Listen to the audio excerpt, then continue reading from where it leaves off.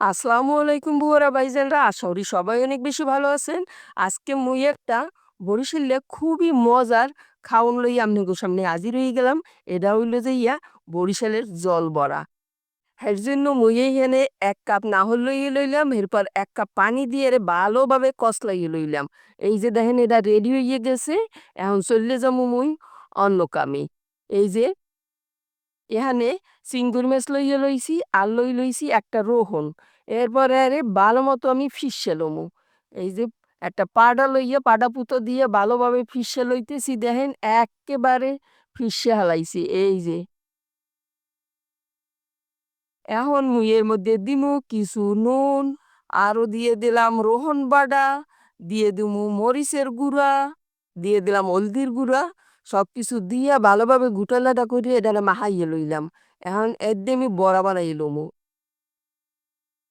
একটু নিয়া আমি এই যে বড়া বানাই লইলাম। সবগুলো বড়া হয়ে গেছে মোর। এখন দিয়ে দিলাম একটু তেল, তেল দিয়ে এর মধ্যে গরম মসলা দিয়া, তেজপাতা দিয়ে একটু গুটালাটা কইরে নিমু।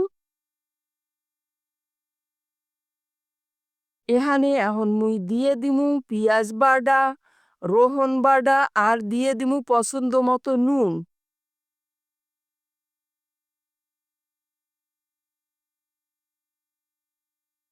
এরপরে দিয়ে দিলাম মরিচের গুঁড়া আর দিয়ে দিলাম হলদির গুঁড়া, দিয়ে দিলাম ধনিয়ার গুঁড়া, দিয়ে দিলাম জিরার গুঁড়া। এরপর আবার ওইটারে ভালোভাবে লাড়িয়ে চাড়িয়ে লইলাম যাতে এতে কোনো কাঁচা গন্ধ না থাকে।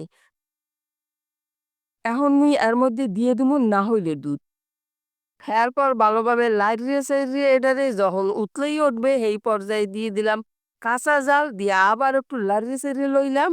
এরপর দিয়ে দিমু এর মধ্যে এই যে দেখেন যে বড়াগুলা বানাইয়া লইলাম সেইগুলা সব দিয়া আলগাতে একটু লাড়িয়ে লইবেন যাতে ভাইঙ্গে না যায়। যখন বুঝবেন যে এটা সিদ্ধ হয়ে গেছে সেই পর্যায়ে ভালো করে লাড়িয়ে দেবেন। এই যে দেখেন এগুলো সেদ্ধ হয়ে গেছে মোটামুটিভাবে। মুই আবার ওইটারে ভালোভাবে লাড়িয়ে দিলাম। লাড়িয়ে চাড়িয়ে যখন এর হুড়ুরাটা ঘন হয়ে যাইবে এই পর্যায়ে খাওনটা রেডি হয়ে যাইবে। এর আগে কিছু চিনি, গরম মসলা আর দিয়ে দিতে হইবে কিছুটা কাঁচা জাল। এরপর আবারও ভালোভাবে লাড়িয়ে চাড়িয়ে নিলাম। এর হুড়ুরাও ঘন হয়ে গেছে, মোর খাওনও রেডি হয়ে গেছে। মোর যদি কোনো ভুল ত্রুটি হইয়া থাকে আশা করি আপনারা ক্ষমা সুন্দর দৃষ্টিতে দেখবেন।